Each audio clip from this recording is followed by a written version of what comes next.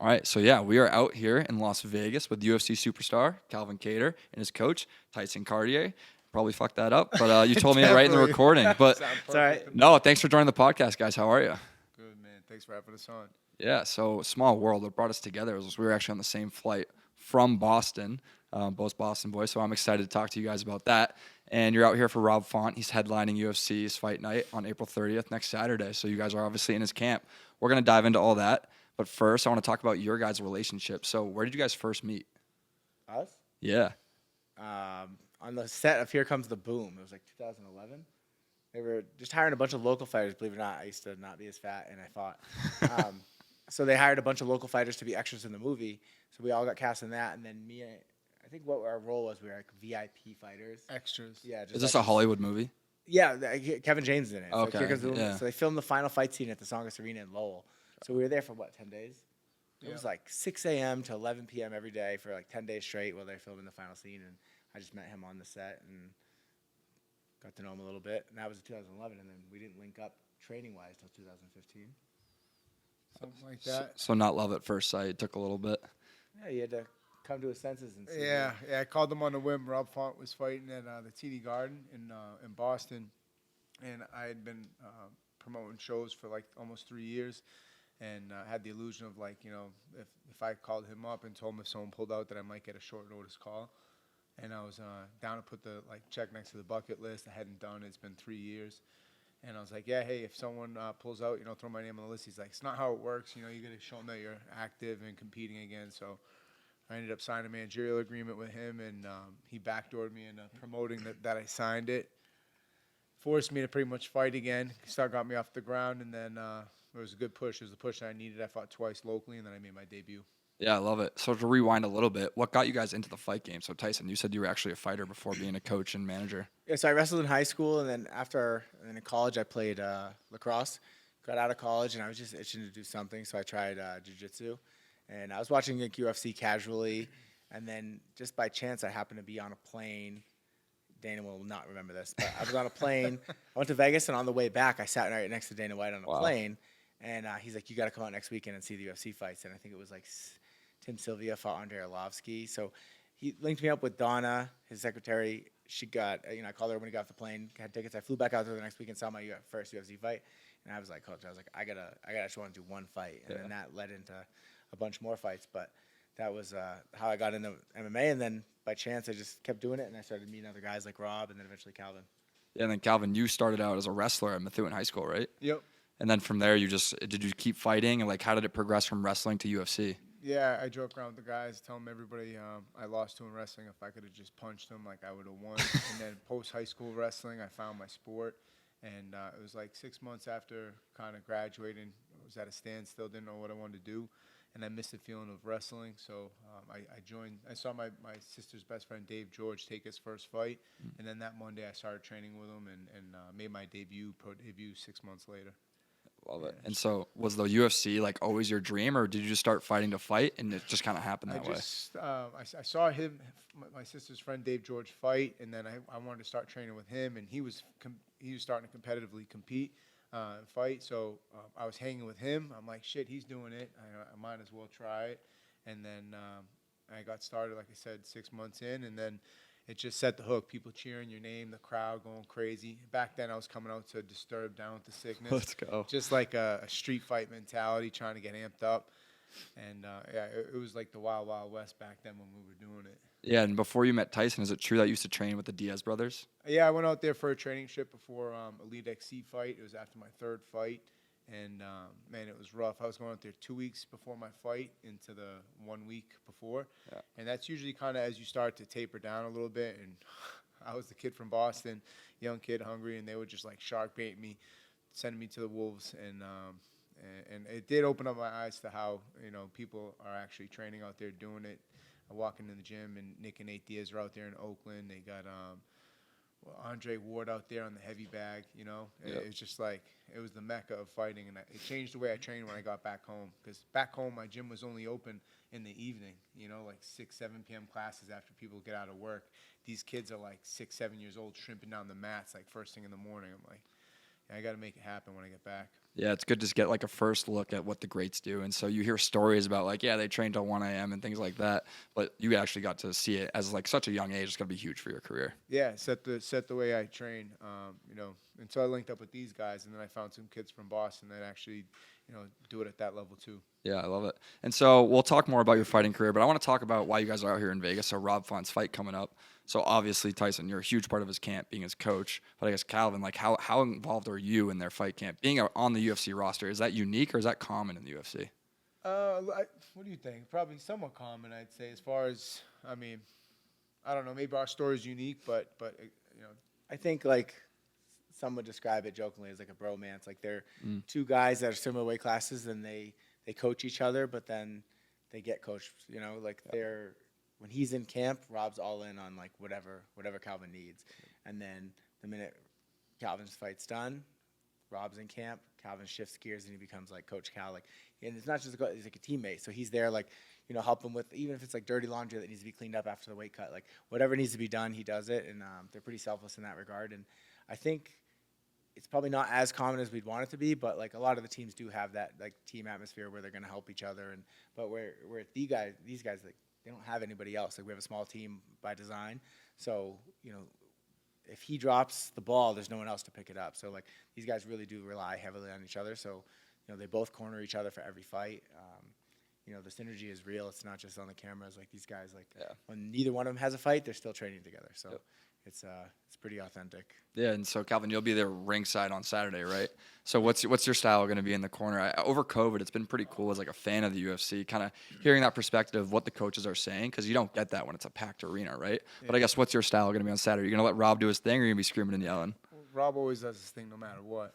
But I always get more nervous for watching his fights than mine, because you can't really impact it or control it, as much as you want. Like your fight, you're in somewhat complete control of everything that happens. And when he's fighting, man, my gloves, they get just filled up with sweat. It's gross. But yeah, it's always nerve-wracking. I get a middle like cornering Rob and then making sure Kathy's good, because Kathy gets crazy before every fight. She's like kind of just chilling out. She's in the corner as well, but she doesn't go up like to go talk to Rob in between rounds. She doesn't move. She just stays there posted up. It's awesome. Yeah. But yeah. I love it. And so how many weeks has it been when you guys started fight camp? So you have a fight on April 30th. When does that official fight camp start for Rob? So Buster, lay down. I think what Buster's trying to say is 7-week camp. 7 weeks? Yeah, we had 7 weeks and 2 days for this one. Is when we got the call. And normally we'd like a little bit longer, but stay ready so you don't have to get ready. And these guys are in the gym year round, so it's a little bit of an adjustment with an abridged camp. But these guys are professionals, so as long as you're training when you don't have a bout agreement, then it's pretty easy to ramp it up to a 9 or a 10 to be able to fight. And that's kind of like the good part of Yin Yang when he's fighting. If we're not on the same card, it's kind of nice being off beat, because when I don't have something lined up, he's pulling me back in the gym for him. And when I have something lined up and he doesn't, I'm pulling his ass back in the gym, and we're constantly just not skipping a beat. I love it. And so now Rob's coming out with a loss, right? And you guys are probably aware of this, but both Rob and Calvin, you guys have never lost back-to-back fights. And so what is it? What is your mentality coming off a loss that leads to your success? Yeah, now we'll definitely knock on some wood. I'm knocking on wood. You're not going to lose. But what is that mentality coming off a loss? Why are you guys so good after a loss? Just no room for error. Shit happens maybe, but after a fight like that, it's just, even after a win, it's always on to the next. People think like, just because you're coming off a win, like, I don't know. Yeah, coming off wins, it's like, I don't really want to talk about the last one, even if it's a win. I'm trying to always be on the next fight. The last fight doesn't really do much for you other than create the opportunity ahead of you, and the next one's always the most important one. But so how much film study goes into a UFC fight? Tyson does a lot. A lot, yeah. I think I probably do a lot more than average, but, a lot of it depends on, like, who you're fighting, too. Like, I remember when we fought a Sun Sao, I think it was, like, 47 rounds, because he had a lot of decisions. So 47 rounds just of UFC fights. That's 5-minute rounds each. Just to watch those takes a while. And then after that, then you got to go through, you got to take notes, you got to break it down, then you got to go back and watch things, then you're putting, videos together of tendencies and stuff. It takes a lot of time. Like, I think, like, you're looking at, like, a couple, I don't know, if I had to put, like, a number on it, like, a minimum of 40 hours of just time at the computer studying to come up with a game plan, because we'll always back into how I run the camp based on how we're gonna fight. So like, you know, we have your meat and potatoes that you're gonna train if you don't have a fight desire training, but then like that's, you know, 20-30% of what you're gonna do once you get that bout agreement is focused just tailored towards who you're fighting, and that comes from the film study. It's like, what does he do here? What does he do there? Going over all that stuff, introducing it, and then talking with the other coaches about what we're gonna do in various positions, and then you gotta go out and rep it. You know, these guys gotta hammer it in. Like it's been 7 weeks of hammering in. This is what Cheeto does here. This is what we're gonna do, and then just repetition. So that way on fight night, you know, ideally when Cheeto goes to do something, I know what he's gonna do before it happens. You know, and you have these moments with fighters. I remember this one time Rob was fighting. I can't remember who it was, De Silva or something, and then right as he went, I could tell he was about to spin, and I was like, here it comes, and Rob's like nodded, and after the fight, he's like, I saw it too, you know, and so you want to be on that level of like the same page going in, but that can't happen if you're not watching film and you're not studying and getting prepared on the film side. Right. And so Calvin, as a fighter, when Tyson's in your corner, kind of giving you all these tips throughout the round, he's going to spin, whatever it may be. How much are you able to intake that knowledge and put it into the octagon, or are you just like zoned in on what you're doing? Depends, man. It depends what he's saying. Sometimes this guy says crazy shit. Yeah. Just last fight, he said something about my mother and my sister, and I had to tell him, bro, you keep my sister and my mother's name out of your mouth. I don't care for mid-fight. But he likes to talk and say that was my highest output round after that. He finds ways to just get at you, get your attention going. I mean, I know in Boston before round 3, you were saying something about, like, you talked some shit. You kind of got a little, you talked a little shit, I think. I think it's like he won the first round. He followed the game plan. In the second round, he kind of took his foot off the gas pedal a little. What is he barking about? Buster, go lay down. The dogs are antsy to get in the octagon. He kind of took his foot off the gas pedal. You know, when he first made that call in 2015 to say he wanted to fight in the UFC, it's like, I've always wanted to fight at the Garden. That was like one of his dreams. And now here he is. He went out against an undefeated fighter. The guy was, I think, 3-0 in the UFC, 10-0 overall. And he went out and he won the first round. And then all of a sudden, it was like he was giving away the second round. Not on purpose. He just wasn't doing what he needed to do. And I got in there after the second round, and I think I challenged him a little bit. I was like, listen, like, do you know how to get in, like, a street fight? I was like, because you need to go forward and get in a fight. I was like, show me that you're tough. And he was like, what the fuck? Yeah, I can do that. I was like, well, go out there and do it, And he did, But it's, I think over the pandemic, a lot of, like, the coaching in between the corners has kind of gotten maybe a little bit focused on too much, because I think sometimes it makes a difference, sometimes it doesn't. But what I've seen is some of these coaches are thinking about choreographed speeches in between. I don't think of what I'm going to say. I try to think of, like, if they're having a bad round, how do I want to boost them up or vice versa. But some of the people are speaking to, like, the camera, I feel like. Yeah. Not so much the fighter, but to the camera. So it's like a gut thing that you feel going into that round. And, like, I didn't have a plan to mention your mom and sister, but I just felt like it was like we were dominating the kid for 4 rounds. After the whole year layoff, we had all this momentum, and it was like, let's go out and put a stamp on it and get a finish. And so I was just trying to find a little bit. And they were, you fight for 20 minutes, that fight you had with Giga, fighting for 20 minutes, like, it's all hard in that 5th round. It's like, and I know Calvin's heart was going to be bigger than his, and I think, I just wanted him to, like, not come back in the locker room after feeling like he left anything left, like he could have gone for a finish. I wanted to, like, whatever I could in between the rounds to try to get him to go for that finish, and I think if you look at the output numbers of the round, he did have his best round, and with, like, 10 seconds left, you did drop him, and you almost finished the fight, so. Yeah, that first 10 seconds, I'm like, listen, don't say a word. Give me my water, right? Like, let me breathe. Don't say anything because I'm not listening. Because you need at least 10 seconds. And then after that, he'll go on a spiel. I'll ask him kind of repeat a lot of it. And towards the end, like, and then at that point, honestly, what I take the most is the shit he's saying on his walk out of the cage. Because I'm, like, finally kind of got my wind underneath me again, and then he's saying just the last kind of key points, and then that's what I'll remember the most. It's kind of like the last couple things he says before he leaves. And it's usually some basics, that'll kind of serve you throughout the round. Well, I'm excited to listen into Rob's fight and see what you got up your sleeve. I'm gonna keep a keen ear to the TV. Say something worth listening to. Yeah. And so I want to stay on the topic of confidence a little bit. So how do you earn your confidence as a fighter? Is that through your training and preparation, or is it something you're born with? For me, it's like the only way. You can't fake confidence. For my debut, I didn't honestly. The only confidence I had was that, like, I haven't been, like, really roughed up yet. And I was like, if this is that guy, then so be it. And you have to, you have to take your moment, your opportunity, even if you're not 100% as ready as you'd like to be, because opportunity doesn't wait for anybody. And so for that one specifically, I had just come off 8 days in Vegas, and it was 2-week notice. I lose 20 pounds. I can't like pretend I'm in any better shape than I was. I was plus 375 as an underdog. My buddies are all like kind of smirking, like loving it. I'm like, guys, like I don't know, man. I feel like shit. I don't feel as confident as you guys feel, but. Yeah, it worked out. Just at the end of the day, you got to turn it on when it's time to, and also putting together a good game plan and under the circumstances that we were in, and executed. But yeah, I love it. And so, do you ever have fear walking into an octagon? Because if it was me, I would shit myself. Yeah. So I mean, what's going through your head? What are you telling yourself before you step into the cage? I mean, the whole thing is everything's weird about it until you get into the octagon, and then it's kind of like what you do every day. You're not used to Bruce Buffer being there. You're not used to the crowd. You're not used to being in that venue. But when you kind of when they say go and it's go time, it's kind of what you do all day, every day, and it's just a little bit brighter, and then you got that smell of the gloves, and it's just real. It just gets real, man. But at that point, by the time it's like, when you would get nervous, it's almost like too late, because I stay in the moment the whole time. That by the time like I try not to think about I'm always on to like my next meal. You know what I mean? Let alone by the time the fight comes, I'm not even in there yet. So why am I stressing about something? I'm not even in there yet. I'm focusing on the preparation.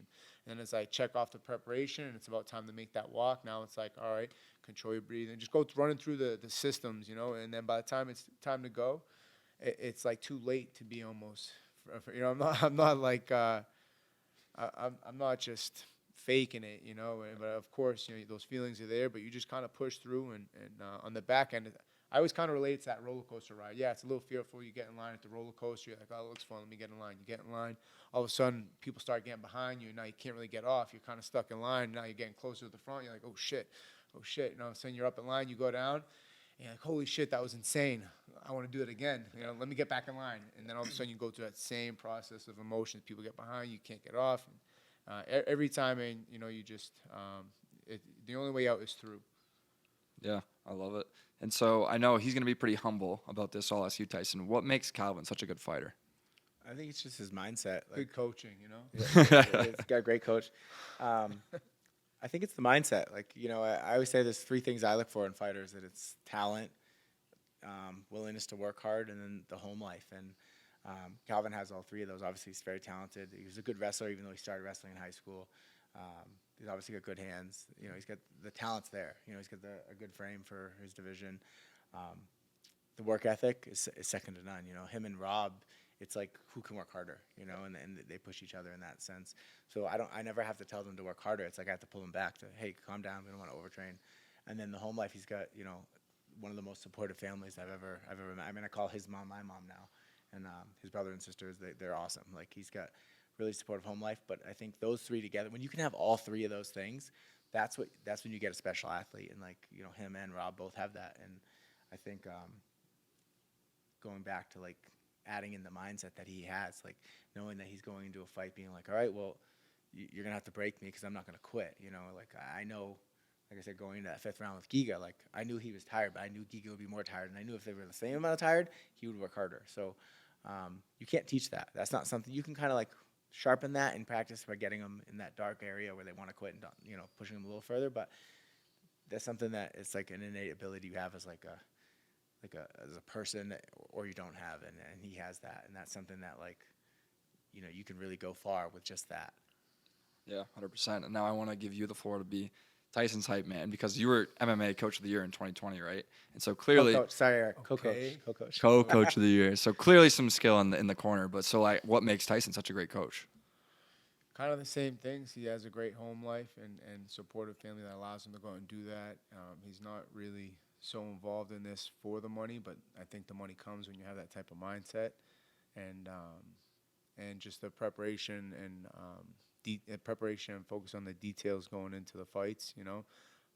He gives a shit and he cares. So you could see that come out in the work. It's not just getting ready for another opponent. It's kind of he knows that every time we step in there, I mean, a lot can happen. So he doesn't take that responsibility lightly, and I think he earns it every camp. Yeah, I love it. Teamwork makes the dream work. Yeah. No one gets there alone, Yeah. or at least stays there. Exactly. Awesome. So I want to step away from the octagon a little bit and talk about things beyond the sport. And so, how important do you guys feel, and I guess more specifically you, Calvin, right now, how important do you think it is to share your story with the next generation to help inspire them and the young fighters that might be up and coming in the game, but just to pass along your experiences and lessons you've learned? How important is that to you? Yeah, it's huge. I mean, right now, just with the promoting, taking over Combat Zone, I had fought for it 9 times, and I feel like I'm carrying the torch for it, and I'm proud to do that. Having competed for Combat Zone, if it wasn't for Combat Zone in the area, it was only promotion at that time in my area, then I wouldn't have the opportunity to compete and then eventually, make it to the UFC. So I don't take that responsibility lightly either. I try to, mimic the UFC on a budget as best as I can, but provide that opportunity for these guys to get that next, that UFC lifestyle like I'm getting right now, and it doesn't exist if you don't provide opportunities and kind of not only that, but just expedite the process, streamline it for them, cut out the mistakes, have them doing things the right way first rather than fixing all the mistakes. And that's why, Tyson's mindset on the team, keeping it small, tight-knit, before you kind of get overwhelmed with the numbers and lose control. It's like we have a good control group of people that want to work hard, put in the work, and you're seeing the results from that. How many fighters right now are in Combat Zone? Combat Zone, we're open to all New England area. It's not like exclusive, so we don't tie guys down to contracts. I just try to provide opportunities for them. If they want to fight and compete for me, cool. If not, go elsewhere. But I just want to keep these guys busy, provide opportunities. Yeah, you're channeling your Dana White a little bit. Yeah, so, I mean, now I see why he has no hair. For real, this shit is stressful. So yeah, I mean, so you guys had a fight at Encore. You had 30 fighters, right? Yeah, give or take, you got 15 fights on the card, and generally you're looking at like a 12 to 15. That's 30 fighters, and sometimes it's easier to just focus when you're fighting on just your opponent. It's like easier in a sense, and even though it's a lot more dangerous. But on promoting, you're gonna worry about 30 fighters. It's crazy. Yeah, that's wild. And so the boss man, Dana White, we have a podcast episode with him. Excited to talk to him. He's been nothing but great for our company, supporting us over the past few years. But your relationship with him as a fighter, there's obviously all the rumors and drama that goes on in the UFC. But what are your experiences with Dana? He's been treated you well and whatnot? Yeah, everything with Dana's been great. I can only imagine,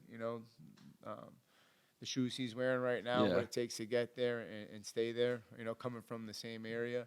It's impressive to see, and it's definitely inspiring, seeing someone come from our area do what he's done in the fight game. And like we joke about, but me doing the smaller level promotion, I have a different perspective on it and really know what it takes, at some capacity for just a small part of what he's got on a daily basis, and I can only imagine the rest. But, yeah, it's great to see. Yeah, and so Tyson, you said you met him on the plane for the first time, right? Is he that same person, kind of on camera, high energy that he was on the plane? We don't really have a lot of access to Dana when it comes to like the fighters. I mean, until you get to like that point where you have a belt or like you're like a Sean O'Malley type, like you're not getting pulled into the office to talk to him. Like he had that knockout over Lamas, and we got pulled into his green room right after, and he like gave him props. He's like, "Man, that was freaking awesome." That was pretty cool. He had a dope seat though, Yeah, right around the corner. He was posted up in some VIP section. It was probably Michael Jordan's side office or something, but because and it was good. He gave props when it was due, and then I think a couple weeks we were coming back to Boston. Yeah, told us we were going to Boston. We told him we wanted to be a main event. He's like, I probably can't make that happen, but I'll make sure you have high placement on the card. And then we actually did end up headlining our next card. But and then a couple weeks later, we were out in Vegas at the Contender Series, and he called Calvin over, and Calvin talked to him for a couple minutes. And so I think it's like there's a mutual respect there, I think, between him and all the fighters, because like I think especially like Calvin knows what he goes through on the promoter side, knows how much of a headache promoting a fight can be. And then being that he's from Boston, there's still that connection. So I like to think that he's still cheering for the Boston guys, even though he lives out in Vegas now. Yeah, 100%. They call it a Vegas-based company, but I mean, it's got a lot of Boston running through it. Yeah, you can feel that too with Dana and how he operates, all the Bostonian in him, for sure. You got Anik, you got Rogan, you got there's a lot of higher ups. Fitzgerald. Yep. So, yeah, Calvin, you're 34 right now, right? What keeps you coming back for more? Just chasing the life on the other side of a win. And, everything, like water tastes better after a win. And, that win side money feels good in the account, opens a lot of doors, opportunities for me. So I'm just all in. And if I don't get these opportunities to pay out in my favor, it's just never in my mindset because I didn't work hard enough. You know what I mean? I don't want to lose any opportunities because I'm not working hard enough for it. So just staying on the gas right now. And like Kobe says, he's like, rest at the end, not in the middle. I just feel like I'm in the middle of it right now, and I'm just going right through it. And then there'll be, a nice sunset in the back end where all the hard work pays off, but I'm going through it right now. Yeah, keep going. And is there any better feeling than standing in the octagon after a KO? Nothing better, especially at TD Garden. Yeah. So wait, you did fight there? And not to mention, man, that was when I was like getting paid, what, like 14, 14, 12 and 12? I think you were 14 and 14. Something like that, and then you get a $50K bonus. You're just like, Yeah. let's go. We need an event to come back to Boston soon, I think. The rumor is you ask him about that tomorrow. I When's he will. coming? Yeah. 'Cause these two guys need to co-headline it. So That'd be amazing. No, that's awesome. And so if you weren't fighting right now, and I guess for both of you, if you weren't in the fight game, what would you be doing? I wonder that a lot. I feel like I'd have a lot more Italian food in me, probably up around Tyson's weight. I don't know. you'll get here soon, bro. Yeah, I can't wait. Do you guys ever spar?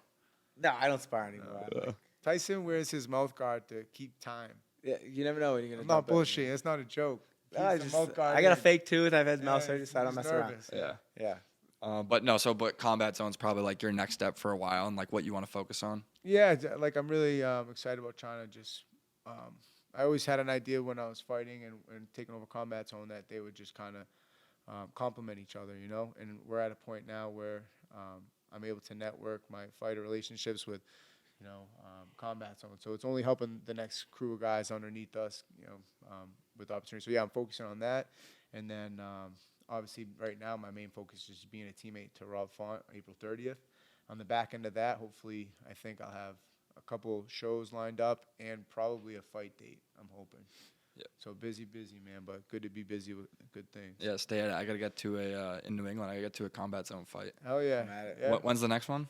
Working on a date at the Encore, hopefully late summer, and as well in New Hampshire. So late summer is going to be a busy couple months.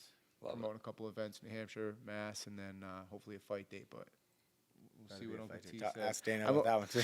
Yeah, around that time, I'll be taking Tyson's texts and phone calls a little more serious. Yeah. I call, he answers.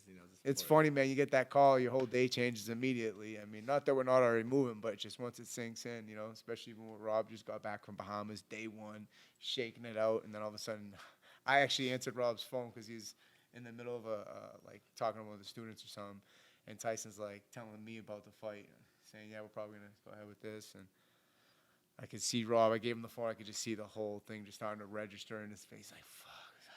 He's like, "You want to hit mitts?" Yeah, and all of a sudden he's like, "Yo, I'm gonna need a couple of hard mitt rounds right now." I'm like, "I get it. Let's go."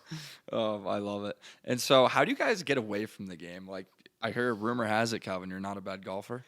I mean, I'm not a good one either, but I golf. Is what I'm trying to say. Yeah, I try to get out there. Honestly, the par three, I try to play a quick par three, hour and a half. But that 2.5, 3 hour, that scramble tournament stuff, that's not like. It's a long day. Yeah, it's a long day, man. So try to bounce quick 9, par 3 in the morning.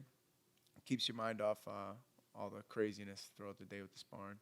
Tyson, any talent on the course? No, I'm good at eating the hot dogs on the 9th hole. Yeah. He'll come actually I'll come too. and I'll He'll just come, hit it, he won't I'll even just, golf. I'll just pick up my It's ball, just- go with yeah. there. Scramble rules for me. They're keeping score. It's more a social event for me. But yeah, I think these guys they don't need necessarily a life away from golf, away from MMA right now because we've integrated the life into the game like that. The game is their life. Like it's not these guys that come into a 12-week camp, disappear for 3 months, then get a bout agreement, come back. Like they're literally in the gym year round. So if they go golfing, they probably train that day too. We're doing push-ups, honestly, after, like, whoever wins each hole sometimes. We're throwing down push-ups on every, That's epic. first thing in the morning. I mean, can't hurt. A little splash of some push-ups, mid-golf. Just to constantly stay moving. Do a lot, then a little, Yeah, and you look at like the 4 major sports, like football, basketball, baseball. They have these long off seasons, right? And there's not really an off season for you guys. No. Yeah. You always get that call. Ask my wife; she'll tell you. Like we don't, and that's why I think like the hardest transition I've had from obviously I never fought in the UFC, but like when you go from fighting, and then you go to coaching, it's literally there is no off season. I'm like, man, damn, Bill Belichick has like a few months to just chill. We don't know when that'll come. Trying to plan a vacation. I have 3 kids. Trying to plan a vacation is very hard, and like So we finally went to Florida a couple months, 7 weeks ago, went to Florida. And halfway through the vacation, we get the call that Rob's in camp. And it's like, then you're stressed because you're not home. And it's tough. And, yeah, there is no off season. But, you gotta love this. It doesn't feel like work. I come out here, it's like, they're busy days, like we work hard, and sometimes you're pulling all-nighters with the weight cuts and stuff like that. But, when you literally love something and you're so passionate about it, it doesn't feel like work. It's awesome when you can. Nobody that hasn't found what they're passionate about can understand what these guys do or what I do, and then totally comprehend it, because then they think it's they think you're crazy. Yep. But really, it just doesn't feel like you're working. It's just You don't work a day in your life if you're doing what you love. And so what makes a UFC athlete different than a NFL guy, NBA? Is it the mentality? Well, pretty much anybody that's in one of the major four sports, they're doing it for the money. Like, they get into it because you can be rich and famous. When these guys started fighting, there's no rich and fame. Like, there was none of that. There wasn't ESPN. There was no, Dana White broke down a lot of doors doing what he's doing. But, when I took my first fight, there was no one's getting rich fighting. When he took his first, he had your first fight before I did. No one was getting rich. No, that wasn't why people got into it. And, even now, no one's getting into it because they think they're going to, be as rich as LeBron James. It's just not, that's not how it works. The Conor McGregor, there's one Conor McGregor. And these guys they really are just you're doing it on your own. If you play for the Patriots, you have your own UFC PI at your team. You have that year round, and you got all this other TLC and that stuff. But to be a fighter, it's a lonely journey. You have your team and stuff, but you're kind of winging it. You're finding physical therapists at home. You're finding different doctors you can work with, and you're finding the right teammates. But a lot of it's very we're still such a young sport that you can go to the NFL and see what a training camp should look like. Go to all these MMA training camps; they're all very different, and that's because people are still trying to figure out how it works. So man, I don't even know what the original question was, but I think the biggest difference is that these guys do it because they're passionate about it, and they just like the idea of getting into fighting. Now, I think if you look at the new fighters, it's a little bit different. The guys that are just starting now, they see guys getting kind of Instagram famous and making decent enough money, so they're like, oh, I want to do that. We call those the blue check mark guys. They just want to get a couple fights, go to the UFC so they can tell girls they went to the UFC or whatever. But doing it for the profile. And those guys get their ass kicked. Yeah, and honestly, some days now those guys might win fights in the UFC.